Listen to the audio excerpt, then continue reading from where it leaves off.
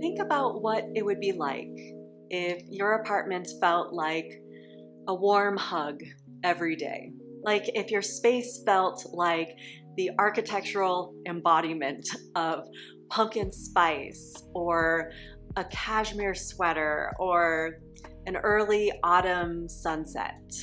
Imagine the dopamine that would constantly be triggered if your apartment felt like that, not just in the fall, but all year round. In this video, I'm gonna give you some styling ideas that will help you create this kind of cozy hygge haven in your small apartment, specifically if you live in a studio apartment. Because I love studios and I love the added challenge that comes with decorating one. Plus, studio dwellers deserve some love and attention. Styling a studio is not easy. And if you're new here, my name is Steffi and this is Hilo, and on this channel I talk about small apartment styling tips, cozy living, and the joys of living alone. So if you're into that, consider subscribing and giving this video a like. And shout out to a couple of my Instagram followers, Vicky Saison and Hygge Kermani, who inspired this video. Vicky wanted some ideas for making things fall-ish all year round, and Hygge wanted more hygge videos, so I'm combining the two. Because really, there's no reason why you can't create the cozy hygge feelings of fall in a way that works all year round. I think it's about capturing the essence of fall and all of the feelings that come with it, rather than just the literal seasonal decor like pumpkins or brown leaf garlands. And what I'm talking about here is a very specific, at least in my mind, a very specific kind of cozy. Like there are so many ways to make a space cozy in any style, but for this video, there's like this certain aesthetic that I want to try and capture and give tips and suggestions around because it is just so pretty. What we're looking for with this look is warm, moody lighting, feminine curves, earthy, organic materials, and just pure, unadulterated vibes. It's really all about creating an aesthetically cozy apartment to create space for hygge experiences and activities. Watch this video if you want to see what I mean by hygge experiences and activities, not just the style of it, because hygge is so much more than just an aesthetic. But in this video, we are talking about the aesthetic side of hygge and coziness and, you know, this whole lovely world. And let's start with lighting because this is probably the most important aspect of this cozy look. You want lighting that doesn't just illuminate your studio, but also romanticizes it. We want a dreamy, glowy atmosphere with this style. And we also want to avoid overhead lighting at all costs, especially in a studio where things can slip into dorm room vibes very easily. And lighting is a crucial way to avoid that. So here's some suggestions for the kind of lighting that'll help you create a warm, glowy retreat out of your studio. And I specifically want to call out this trend that I keep seeing on Instagram and Pinterest and so on, of these really pretty sunset lamps. I just feel like these lamps cast such a warm, beautiful, even like unearthly glow. These types of lamps, when done tastefully, can be so stylish and gorgeous. And also for this specific type of cozy I'm talking about, you can consider orb lamps. That's another type of lamp that just casts like a really pretty glow. And specifically when it comes to lighting in studio apartments, you can use your lighting as a tool to create separate yet cohesive zones in the studio. For example, you can unify each section with a consistent color palette of lighting, and you can also have each lighting source kind of symbolically distinguish one zone from another. Like your bedroom area gets one main source of light, your living room area gets its own main source of light, as if these sections were actually separated by walls. And then you can flesh things out from there with smaller sources of lighting throughout. Next, let's talk about the possibility of using dividers in your studio. Now, I've said this many times before in other studio apartment videos I've made, and I will say it again here. I believe, for the most part, that you don't need physical dividers to divide your studio. I think often dividers actually end up making the studio feel smaller and less open, and also why? I've seen people say it's for privacy, but privacy from what? You're likely living alone in your studio, so who do you need privacy from? When I lived in my studio, it was just me and Hilo, and I have nothing to hide from her. Anyway, I do understand that some of you really want dividers in your studio, and in some cases they actually can be helpful, I'll admit. So when it comes to creating this warm, cozy look we're talking about in a studio, I say try to find a divider that acts as a piece of decor in and of itself. Something that actually adds some beauty to the studio, not just acts as a boring fake wall that chops your studio in half for no good reason. These are dividers that would add texture and warmth and visual interest, like another piece of decor that's adding aesthetic value to your space. But again, you likely don't need a divider. But if you really want one, I think these are some lovely options. Next up, we have every studio apartment's best friend, which is multifunctional furniture. Think coffee tables that secretly double as storage, or a desk that moonlights as a nightstand, pieces that know how to multitask. Challenge yourself in your studio to make as many pieces serve more than one purpose as possible. You can get a coffee table with hidden storage, or even a hidden table, a rolling desk that you can roll around the various parts of your studio to be used as a workspace, as well as a dining table, as well as an accent table to place your coffee on, all depending on where you roll it. You can also use an accent table as a dining table, which is what I do. And if you have a TV, instead of a media console, you can use your dresser as the media console. So instead of two big hunks of furniture, you just have one. These multi-purpose heroes will not only make your studio feel bigger, but it'll also help keep things tidy. It's like giving your apartment its own little superpower. It's one piece of furniture, two special abilities, vanquishing the evil villain that is clutter. You know what? This video has gotten a little too cozy for me. I am so hot in this sweater. I'm gonna go change into something a little cooler. I'm being conquered by the cozy powers. Okay, much better. Whew. I am so excited for when it is finally cold enough to wear chunky, cozy sweaters. I think I jumped the gun. So now you have tickets to this gun show. Let's move on.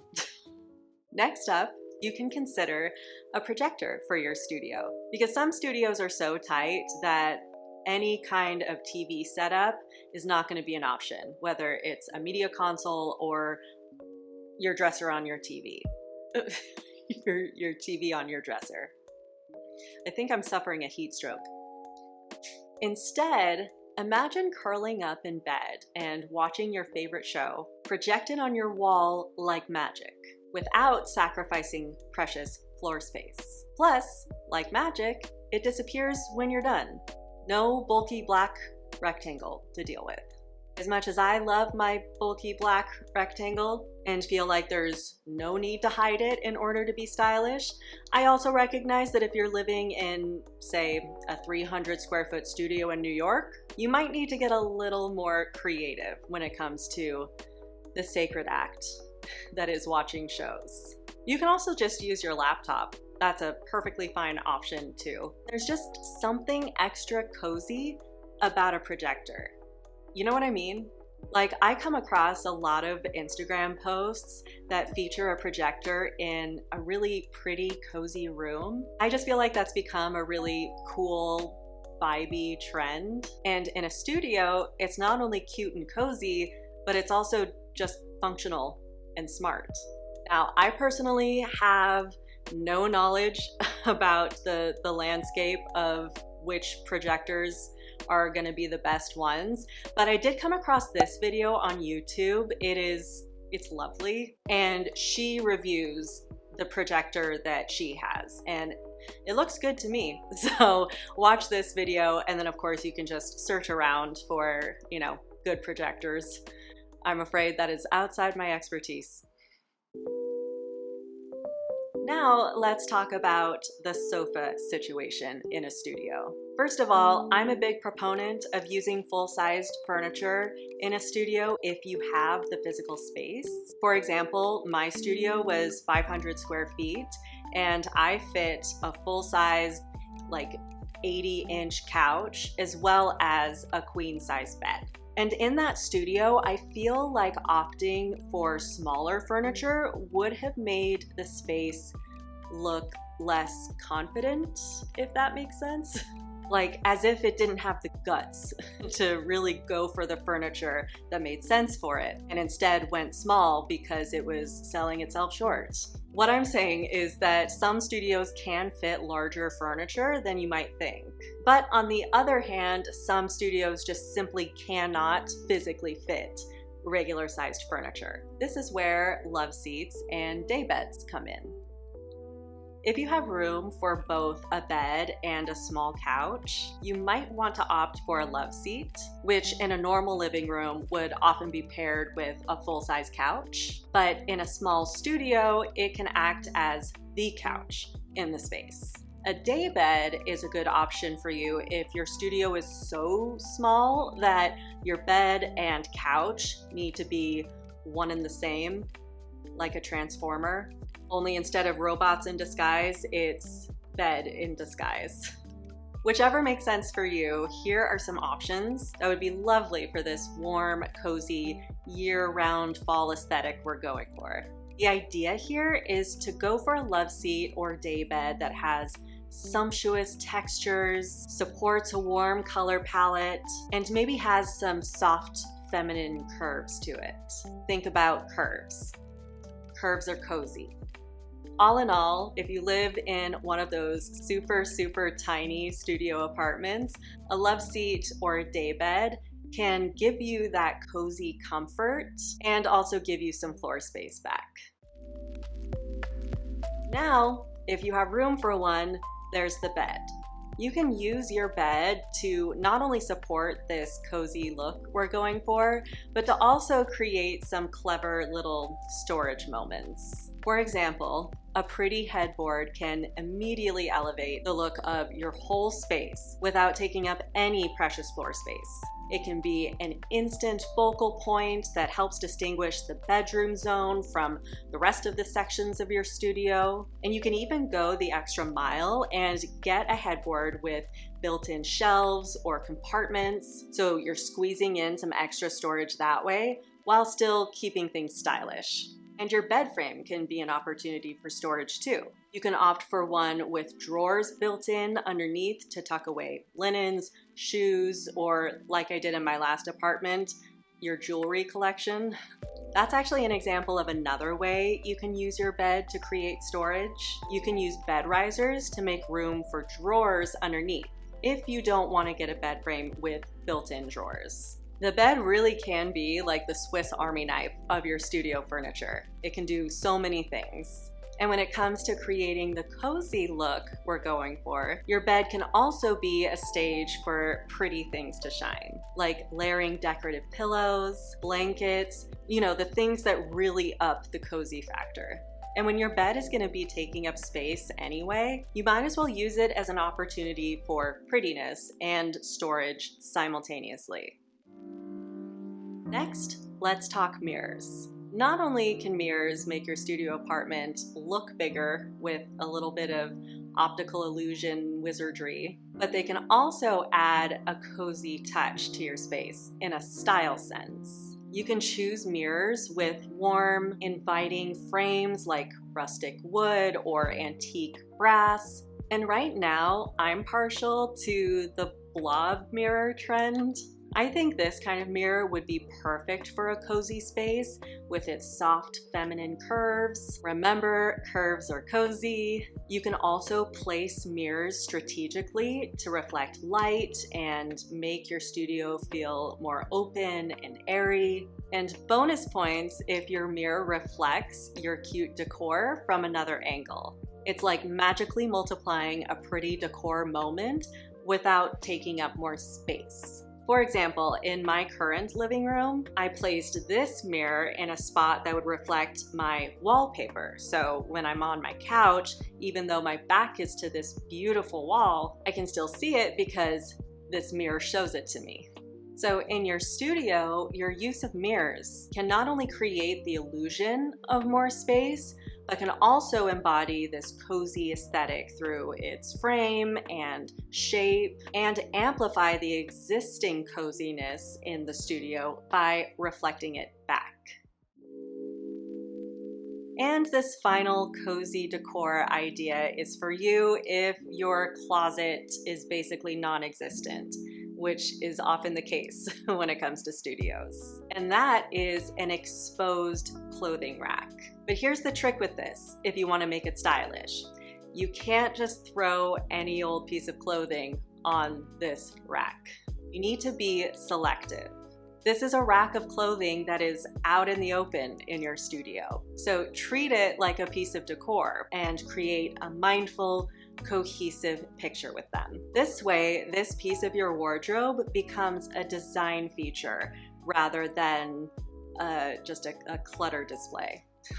And this particular choice is actually perfect if you want to create this cozy look in your studio, because clothing is inherently soft and textured and warm, so it naturally lends itself to creating coziness. Now, this isn't for everyone. It's easy for me to make my clothing look cohesive together because I pretty much only wear black, gray, white, and greenish gold. I recognize that not everyone is as pathological as I am when it comes to their clothing choices, so you might just find it annoying trying to make this work in your studio. But when closet space is limited, this can be a good solution. It's like turning your clothes into an art installation that also helps you get dressed in the morning. So those were my tips and recommendations for creating this warm, cozy look in a studio apartment.